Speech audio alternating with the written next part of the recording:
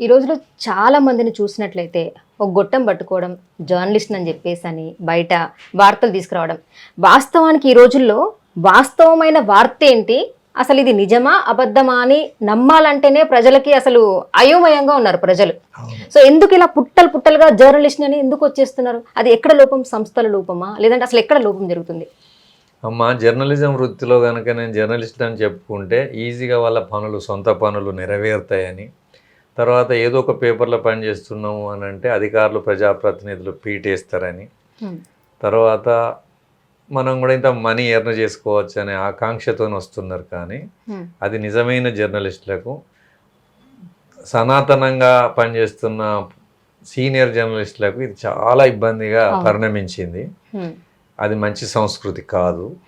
సంస్థల లోపం కూడా ఉంది.